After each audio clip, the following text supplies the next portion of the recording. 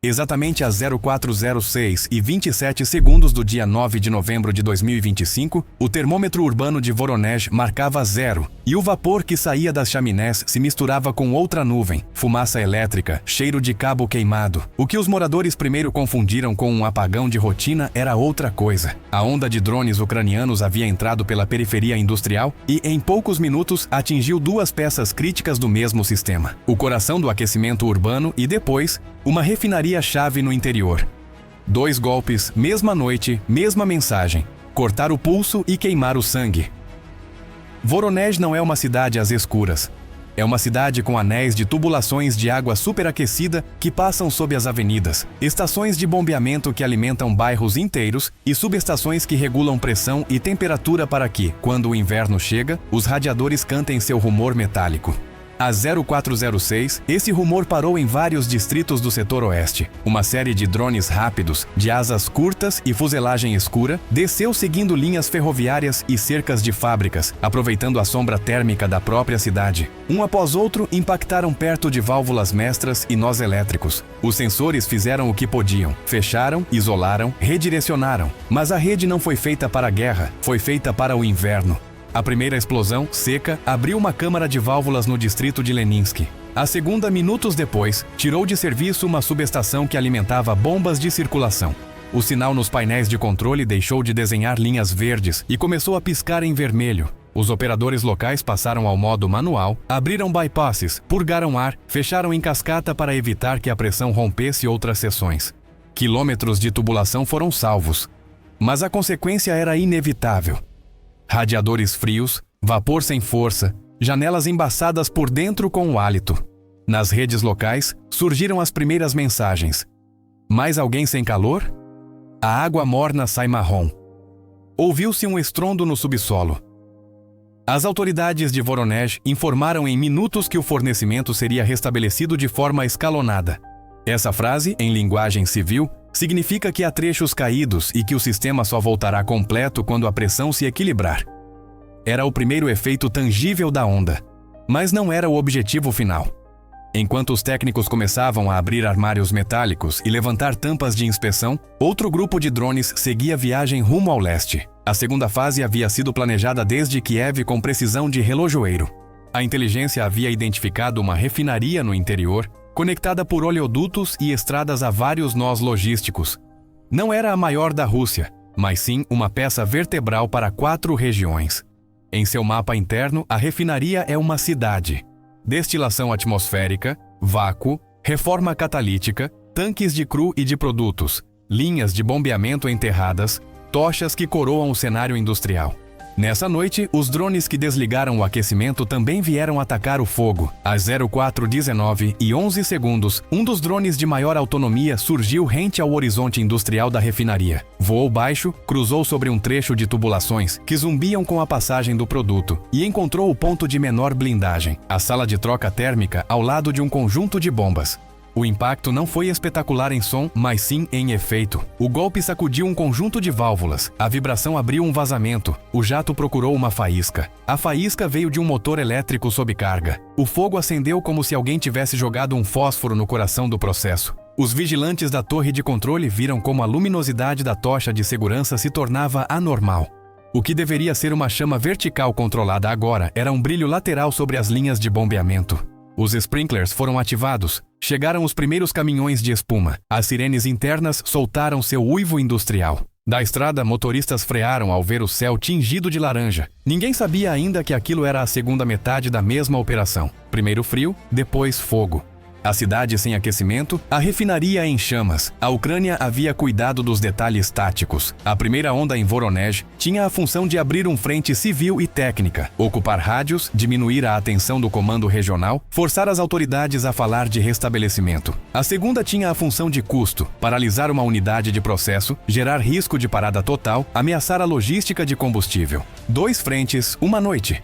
A defesa russa, que não é infinita, teve de escolher para onde olhar. No mapa térmico da madrugada, essa imagem mental que os operadores de segurança carregam na mente, a cidade virou uma constelação de pontos vermelhos. Subestação cortada, estação de bombeamento em falha, válvula mestra fechada, derivação manual. A 80 quilômetros, a refinaria desenhava seu próprio mapa. Foco 1 controlado, foco 2 reavivado por gotejamento, foco 3 sem acesso por temperatura. O vento nordeste empurrou a fumaça para zonas não críticas, mas o calor radiante entortou grades, rachou pintura, mudou a cor do aço. As câmeras térmicas registraram linhas brancas, onde antes havia apenas cinza. O sistema de aquecimento urbano de Voronezh foi feito para redundância, não para guerra. Você pode perder uma caldeira, pode redirecionar fluxo. O que não pode é lidar com vários impactos em minutos. Isso quebra o conceito de circuito. Quando fecha em 5 lugares ao mesmo tempo, as bombas trabalham contra o vazio. Quando abre, engolem ar. Quando purga, perde temperatura. Naquela noite, os técnicos fizeram engenharia de campanha, mangueiras provisórias, válvulas temporárias, geradores portáteis. Enquanto isso, os moradores acendiam fogareiros, ferviam água, selavam janelas com fita. Pequenas defesas domésticas contra um ataque que não escolheu tanques nem radares, mas sim canos e válvulas. A refinaria, por sua vez, respondeu com doutrina: isolamento do trem afetado, corte de alimentação, injeção maciça de espuma, drenagem de produto para tanques com capacidade, abertura de alívios para reduzir pressão. Funcionou parcialmente. Houve um trecho em que as explosões secundárias pareciam marcar o caminho do fogo pelas linhas de aço, como luzes sendo acesas numa autoestrada industrial. Um tanque auxiliar de nafta pesada assustou todos. Esquentou o teto, deformou costuras, quase explodiu. Não explodiu, mas obrigou a evacuar um setor inteiro e chamar reforços de 2 distritos. Em Kiev, a sala de situação acompanhava o ataque com drones de observação. Não eram aparelhos grandes, eram olhos. Do alto mediam a densidade da fumaça, marcavam onde os caminhões de bombeiros conseguiam passar e onde não, e enviavam esses dados aos operadores que ainda tinham drones no ar. Não era chuva cega de máquinas, era uma sequência com avaliação e correção. Quando viram que o setor de compressores havia ficado sem chama, concentraram-se no das bombas. Quando esse setor caiu, limitaram-se a vigiar e deixar que o próprio processo industrial fizesse o resto. A refinaria não desliga como uma lâmpada, esfria como um vulcão. Os canais oficiais russos falaram em interrupção temporária de utilidades e incidente controlado em unidade de processo. O jargão não esconde a fumaça. Durante horas, os bairros de Voronezh usaram menos água quente e nenhum aquecimento em setores inteiros. Nos arredores da refinaria, o cheiro de hidrocarboneto queimado grudou na roupa de quem trabalhou no perímetro. Vídeos de vizinhos mostravam brilhos laranjas atrás das estruturas, caminhões de emergência alinhados, cones bloqueando acessos. Não era um alarme falso, era uma operação de interdição industrial feita à noite. O impacto estratégico se conta em 3 colunas. 1. Custo de reparo. 2. Custo de reforço defensivo.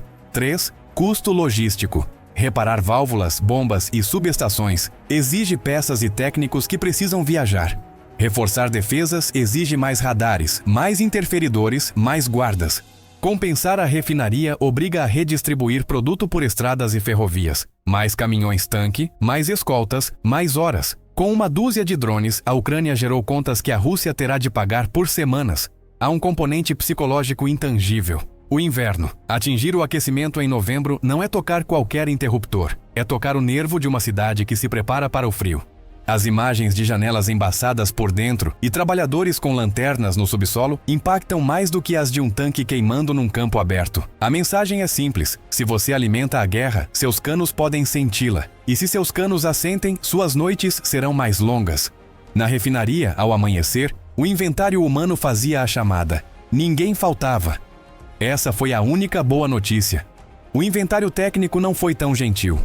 Uma seção de bombas fora de serviço, um trecho de tubulação a ser substituído, isolamento térmico chamuscado, pintura intumescente vencida, sensores marcando temperaturas fora da escala.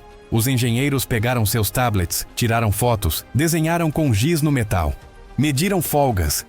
A lista de tarefas virou um mural. E enquanto anotavam, olhavam para o céu. Porque o céu já não é um teto, é uma porta. O ataque em 2 fases deixa 2 lições táticas. A primeira: quando uma rede civil crítica cai em pontos selecionados, arrasta recursos militares para salvá-la. Isso reduz o nível de alerta em outros setores. A segunda: quando um processo industrial entra em estado de incêndio, mesmo com a resposta correta, sua pegada logística muda por dias. Mais caminhões, mais desvios, mais papéis. É aí que a Ucrânia quer ver a Rússia, com papéis e desvios, não com colunas rápidas nem navios livres.